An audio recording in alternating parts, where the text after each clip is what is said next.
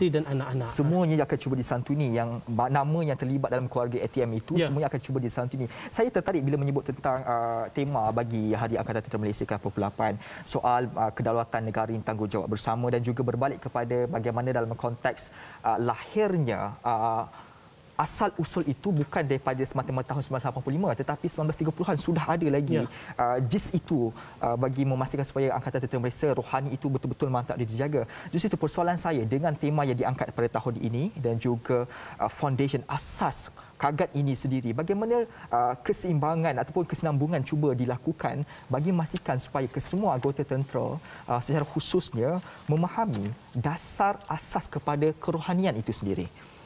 Okey, sebagaimana yang sebenarnya kita ada satu dasar. Dasar ini memang kita guna pakai untuk pelaksanaan aktiviti keagamaan dalam ATM. Dasar ini namanya Perintah Majlis Angkatan Tentera 9 bilangan 9 tahun 1991. Jadi dasar ini memang menjadi sebagai garis panduan kepada seluruh warga Kagat, anggota Kagat, baik pegawai ataupun lain-lain pangkat, menggunakan dasar ini untuk melaksanakan aktiviti-aktiviti keagamaan, untuk menerapkan sebagaimana kita nak mencapai kepada kita punya end state. End state kita adalah untuk melahirkan warga ATM yang berilmu. Satu berilmu, kemudian kita nak melahirkan anggota tentera yang beriman. Dan yang ketiga, kita nak melahirkan anggota tentera yang beramal dan bertakwa. Ke arah memperkukuhkan kekuatan tempur kerohanian. Dalam istilah kami, spiritual combat power. Jadi istilah itu yang biasa kita gunakan, spiritual combat power. Jadi bila istilah spiritual combat power ini telah terjana di dalam diri setiap anggota tentera, dia tak akan pergi ke mana. Maknanya kalau dia berani mati. Walaupun keadaan pun dia dah tahu bahawa matlamat end state dia adalah untuk mempertahankan negara. Mempertahankan, sebab itu kalau kita tengok pada satu hadis Nabi SAW yang menceritakan tentang dua mata yang tidak akan disentuh oleh api neraka. Yang pertama, mereka yang bangun malam, yang bangun malam dan memohon ampun kepada Allah Subhanahu Wa Taala, dan yang kedua, mereka yang berjaga malam. Inilah mana anggota-anggota kita yang berjaga malam untuk memastikan keamanan dan keharmonian, kemakmuran negara itu terjamin. Jadi kami salah satu kelompok yang termasuk di dalam hadis yang telah dimaklumkan tadi. Menjaga malam bagi memastikan soal keamanan negara itu sentiasa terjaga, sebab keamanan ini soal 24 jam perlu sentiasa dijaga dan diperhatikan. Dan ia berbalik kepada satu perkara yang penting juga. Saya melihat bagaimana kalau saya boleh bahagikan KOR dan juga regimen di dalam Angkatan Tentera Malaysia ini ada 3 kelompok. Sama ada kelompok tempur, kelompok bantuan tempur ataupun kelompok bantuan perkhidmatan. Kalau saya semak sendiri, kedudukan Kagat ini berada di bawah kelompok bantuan perkhidmatan. Betul. Persoalan saya, bagaimanakah daripada kelompok bantuan perkhidmatan ini menjadi sebagai pelengkap kepada ketiga-tiga kelompok yang menjumpakan sebagai tunjang utama ke arah memastikan supaya keamanan kedaulatan negara itu dapat digerakkan dengan baik. Ya. Sebab itu kami termasuk di dalam kelompok perkhidmatan, bantuan perkhidmatan ini tadi. Maknanya kita ada, sebab itu saya memaklumkan sebelum tadi bahawa Kagat merupakan kor yang ke-16. Sebelum itu ada kor infanteri askar Melayu, kor armor diraja, kor artileri, kan, yang di depan itu, yang mereka ini merupakan elemen-elemen tempur yang berada di hadapan. Dan tugas Kagat adalah bersama-sama mereka. Bersama-sama mereka maksudnya kalau sekiranya sekarang ini, sebab kita tidak terlibat secara langsung dalam peperangan kecuali mereka yang pergi kepada misi-misi Lubnan. Yang itu memang dia join. Dia maknanya dia tahu dah peranan itu sendiri, kan.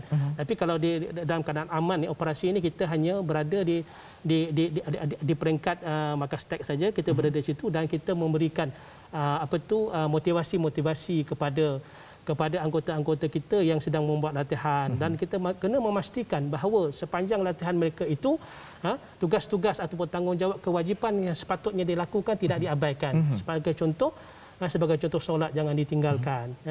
Sebab tu untuk kita di Kagat ini, dia ada, bukan Kagat, ATM sebenarnya ada satu sekolah, Institut Latihan dan Kefahaman Islam ATM, yang sekolah ini berada di Port Dickson, Dan di sekolah itulah kita diadakan kursus-kursus bagi anggota KAGAT dan juga anggota-anggota ATM yang berbentuk keagamaan dan kita bercadang. Ini kita punya perancangan kita seterusnya. Kita bercadang, kita ada satu kawasan di belakang ilmi itu, di belakang ilmi itu yang kita namakan ilmu medan perang. Maknanya di sana kita akan ajar bagaimana keadaan situasi ketika mana anggota tentera itu berada dalam peperangan, kita ajar bagaimana cara-cara untuk kita melakukan ibadat-ibadat medan. Itu di belakang. Maknanya dia berada di ilmi. Sekarang itu cadangan kita yang kita akan bangunkan selepas ini untuk kita latih anggota-anggota kita, khususnya anggota KAGAT dulu, bagaimana praktikalnya kita nak buat. Praktikalnya kita nak buat secara medannya, dan begitu juga kita nak demonstrasikan di belakang itu bagaimana keadaan yang sepatutnya kita ajar kepada anggota supaya anggota kita ini yang pertama asasnya jangan meninggalkan solat ketika dalam apa keadaan sekalipun, dalam keadaan operasi, dalam keadaan latihan, belum lagi kita berada dalam keadaan perang. Betul. Apatah lagi dalam keadaan perang yang mana walau bagaimana keadaan sekalipun tanggungjawab sebagai umat Islam itu perlu untuk dilakukan dengan sebaiknya. Dan disebut tadi bagaimana peranan KAGAT yang mempunyai peranan yang cukup penting dalam memastikan soal kefahaman Islam itu disedarkan kepada anggotanya. Saya tertarik untuk melihat tentang satu keadaan ataupun strategi yang digunakan oleh KAGAT sendiri, iaitu dalam melahirkan pendakwah tentera ataupun dai askari yang disebut sebagai dai askari. Ada 5 teras perkhidmatan ataupun perkara yang ditetapkan, iaitu soal faham, amal, ikhlas, jihad dan juga integriti.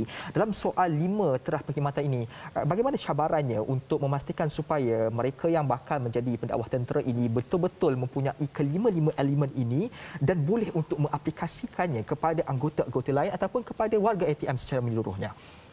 Okey. 5 teras perkhidmatan ini kita letakkan asalnya kepada diri kita dulu, kepada KAGAT sebagai dai askari, dan sebelum kita nak apply kepada orang lain. Sebab yang ini adalah penting dalam, kalau ringkasannya biasa kalau saya sebut sebagai FAIJI, mana 5G. 5G. Faham, amal, ikhlas, jihad, integriti. Jadi 5 perkara ini. Jadi yang pertama sekali bab faham. Faham ni dia kena tahulah. Jadi sebelum kita nak apply kepada anggota tentera, anggota KAGAT ini pertama sekali dia kena faham dulu. Faham, kalau sekiranya kita tahu bahawa anggota KAGAT ini asal pengambilan, kalau yang pegawainya dia berasal daripada ijazah pengajian Islam, pengajian di mana-mana universiti, baik di dalam di tanah air, di dalam ataupun di universiti di luar lah. Jadi kalau yang lain-lain pangkat pula kita ambil dia, kelayakan dia ni adalah daripada sijil tinggi agama, sijil ataupun sijil sanawi lah, sijil sanawi. Jadi asas kefahaman Islam tu dia kena hadam. Sebelum dia nak mengajak orang lain, dia kena hadam dulu. Dia kena hadam maksudnya dalam kursus di ilmi itu, yang di Port Eastern di pusat latihan kita, dia anggota kita ini memang kita ajar bagaimana pengamalan ataupun ilmu-ilmu itu diterapkan kepada anggota kita sebelum dia nak apply pada orang lain. Kan?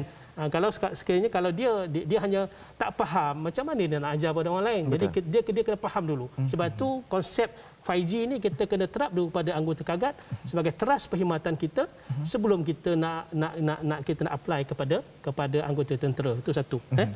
Itu dari segi pemahaman agama. Sebab sebagai seorang pemandu, sebagai contoh, sebagai seorang pemandu, dia kena faham bagaimana nak pandu kereta.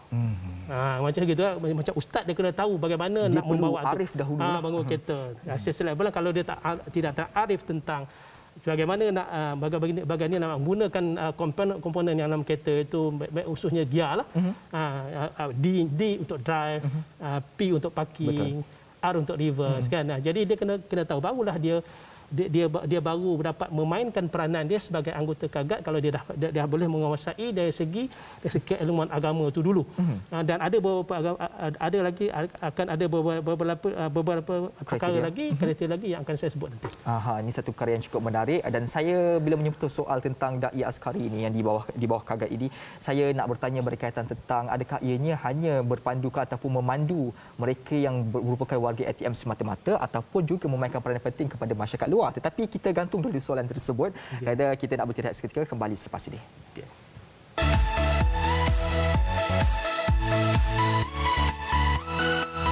Bagaimana untuk kekalkan kecantikan kulit? Kami di UTM telah menggunakan pendekatan NK